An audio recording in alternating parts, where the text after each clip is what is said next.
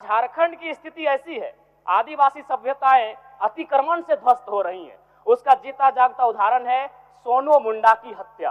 आज आदिवासी समाज अतिक्रमण से विनाश की ओर बढ़ रहा है। अध्यक्ष महोदय, इसलिए मैं आग्रह करता हूं, आदिवासियों को, अनुसूचित जनजाति को दान से बेहतर होगा उनकी भाषा, हासा और सरना धर्म कोड का संरक्षण किया जाए। बेटा या बेटी अगर जन्म होगा तो स्त्री पे निर्भर नहीं करता है, वो पुरुष के गुणसूत्र पे निर्भर करता है। लेकिन समाज की सोच क्या है कि एक तो आपको कम आयु में विवाह भी करेंगे और हमसे पहले स्वर्ग सिधारना होगा, तब आपको भाग्यशाली और सुहागन कहेंगे। क्योंकि समाज की जो आधार है, संरचना है, वह पितृ प्रधान है, पुरुष प्रधान है। माननीय सदस्य श्री जयराम कुमार महतो। धन्यवाद अध्यक्ष महोदय।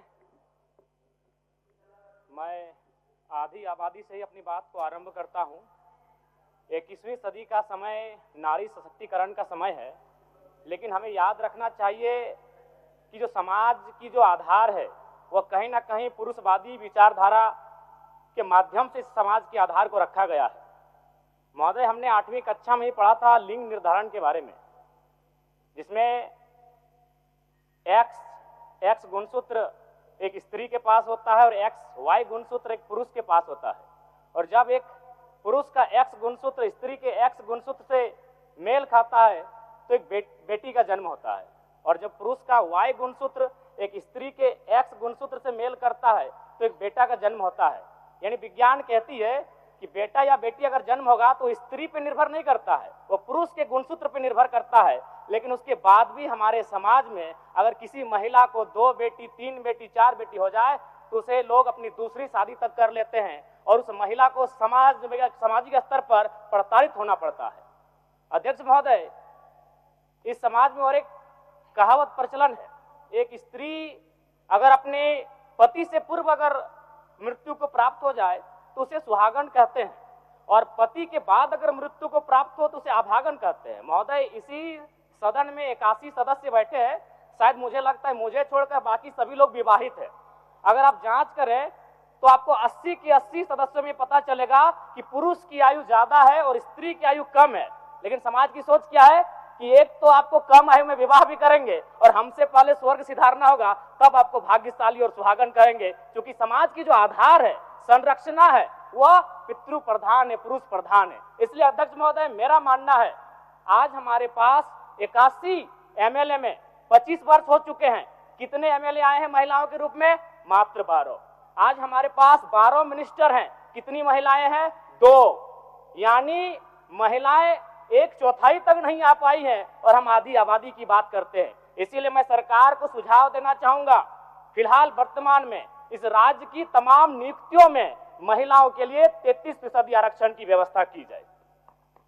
अध्यक्ष महोदय, मैं आगे बढ़ना चाहूंगा।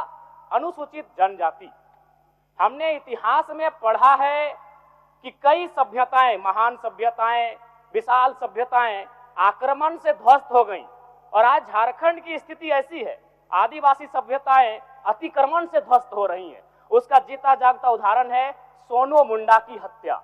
कुछ वर्षों पूर्व बोकारो में भी सुरेश सोरेन की हत्या हुई थी, जमीन विवाद के मामले में। अतिक्रमण, आक्रमण से सभ्यताओं का अंत हुआ था। आज आदिवासी समाज अतिक्रमण से विनाश की ओर बढ़ रहा है। अध्यक्ष महोदय, इसलिए मैं आग्रह करता हूं, आदिवासियों को, अनुसूचित जनजाति को दान से बेहतर होगा उनकी भाषा, हासा और सरना धर्म कोड का संरक्षण किया जाए। अध्यक्ष महोदय, ओबीसी, महोदय ओबीसी इस राज्य की सबसे बड़ी आबादी है, लेकिन दुर्भाग्य की बात है उस आबादी को 14% आरक्षण इस राज्य में दिया जाता है। महोदय, मैं ये कहना चाहूंगा, आज चूंकि ST, SC, माइनॉरिटी, ओबीसी को इस बजट के माध्यम से उनके कल्याण पर चर्चा हो रही है, तो मेरा मानना है कि दान से उनका कल्याण नहीं होगा। अगर उन्हें देना हो तो दान नहीं, उनका हक मिले। और सरकार ने भी कहा था 30 करोड़ का जो संवेदक है, टेंडर है, तो मैं कहता हूं 30 नहीं 50 करोड़ तक का tender ST, SC, minority, OBC आरक्षण के साथ दिया जाए, तभी SC, ST, ओबीसी और माइनॉरिटी का कल्याण हो पाएगा वास्तव में। अध्यक्ष महोदय, मैं ये सरकार से मांग करता हूं। धन्यवाद अध्यक्ष महोदय।